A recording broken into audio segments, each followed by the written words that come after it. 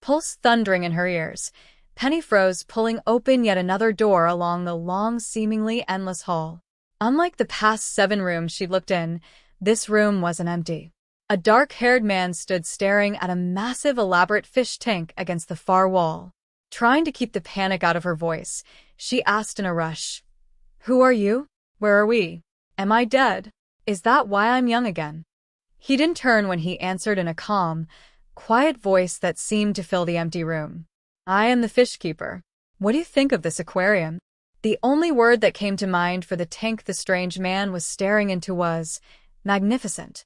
It was over 6 feet, possibly 7 feet high, and maybe even that deep front to back, and probably 60 feet long, with the back being a rock-stacked wall full of caves. Plants grew everywhere, on the bottom and up in the stacked rocks, waving in a slight current. It was beautiful, yet not quite right. Trying to keep her voice just as calm as his, she asked, "No fish?" He pointed to a section of the tank a few feet away, and then quietly said, "There's one. Near the bottom, in one of the small caves. He's about the size of your finger, so he hides well when he wants to."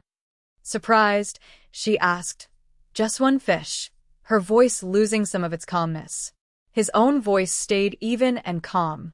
"He will fight or eat anything his size or smaller and hide in fear from anything bigger. I built this whole tank with everything he needs but someone to fight with. He spends all day living peacefully, poking into all the nooks and crannies I gave him, doing his fish stuff without fear. But if anyone is in this room, he hides." He pointed to one of the half a dozen chairs spaced along the tank. "To see him, you would need to take a chair and not move until he forgets you are there. Only then will he act natural and without fear. I do not come here often as I do not want to disturb him. All of the tank maintenance is automatic in such a way that he is unaware of it."